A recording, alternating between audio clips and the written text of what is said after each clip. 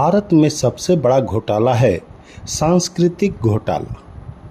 दुनिया का इतिहास जहां प्रमाणों के आधार पर लिखा गया है, वहीं भारत में प्रमाणों को दरकिनार करते हुए पुराणों के आधार पर इतिहास लिखा गया है। पुरातात्विक साक्ष्य और हमारे आँखों से दिख रहे सच्चाई को भी षड्यंत्र के माध्यम से झुठलाने का काम सदियों से एक जाति विशेष के लोगों ने की है। यहाँ के बौद्ध संस्कृति के प्रतीकों को बदलकर कभी वैदिक, तो कभी ब्राह्मण, तो कभी हिंदू, तो कभी सनातन धर्म के देवी देवताओं के रूप में मनवाए जा रहे हैं।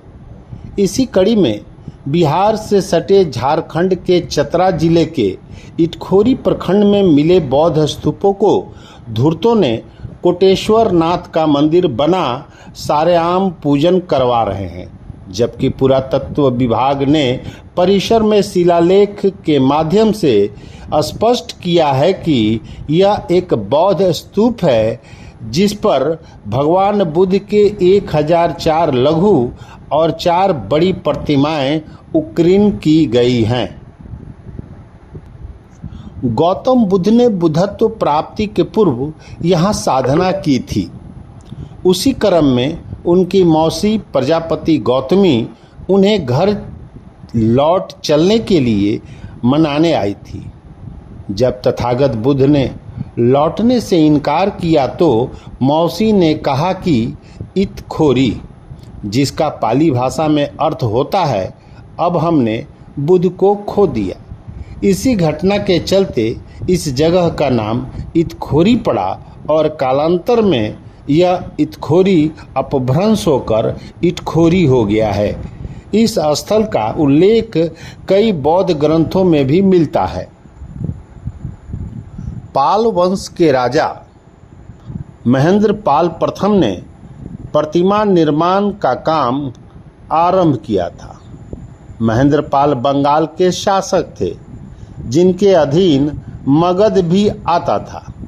बौद्ध स्तूप की महत्ता को खत्म करने के लिए यहाँ काल्पनिक भद्रकाली की मूर्ति कालांतर में स्थापित की गई।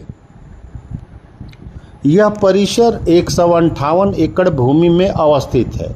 वर्तमान समय में झारखंड सरकार इटखोरी महोत्सव का आयोजन कर इस स्थल की ख्याति देश विदेश तक पहुंचाने में लगी है।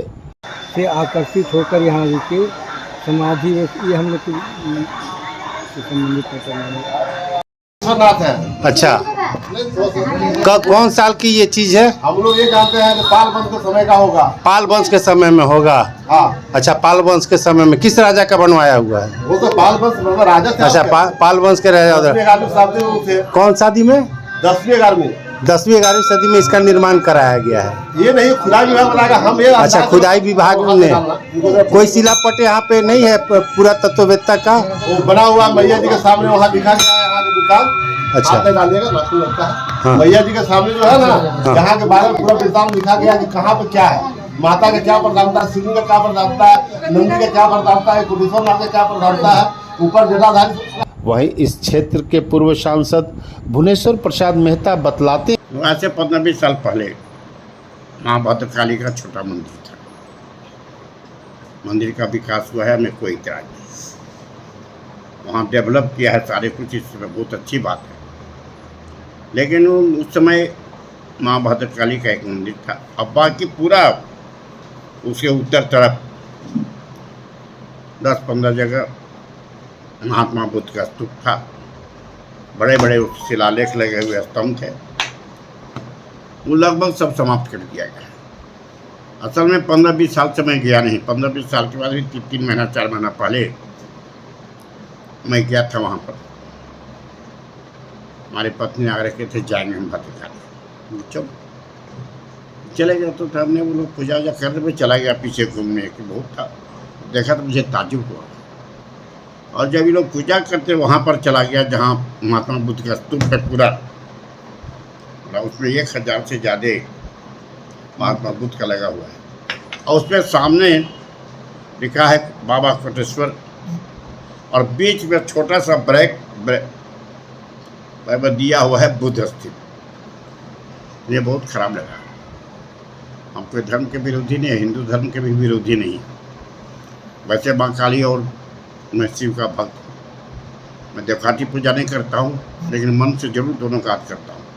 लेकिन ये कि महात्मा बुद्ध जिसके वंशज जिस महात्मा बुद्ध ने बौद्ध धर्म का स्थापना किया, जिसके मानने वाले अरबों में लोग हैं पूरे दुनिया में, और उस महात्मा बुद्ध के अस्तित्व को इस तरह से ख़त्म करना, उसके पहचान को ख़त्म करना बिल्कुल गलत है। और आज हमने जो मंदिर समिति के विकास समिति के अध्यक्ष हैं, उनसे मैं बात किया। उन्होंने कहा मैं ध्यान नहीं दिया या देखूँगा। मैंने कहा चलो आप देख लो, या बाकी जगह से जो चल गया चल गया, लेकिन एक जगह कम से कम जो बुद्ध का स्तूप ऐसा है, और उसमें वो कोटेश्वर बाबा कोटेश्वर का, और फिर वो दिया हुआ है बौद्ध स्तूप ब्रैकेट में, उसको बौद्ध स्तूप को बड़का लगाइए और उसको कोटेश्वर। उन्हें कहा है पर हम कोशिश करेंगे।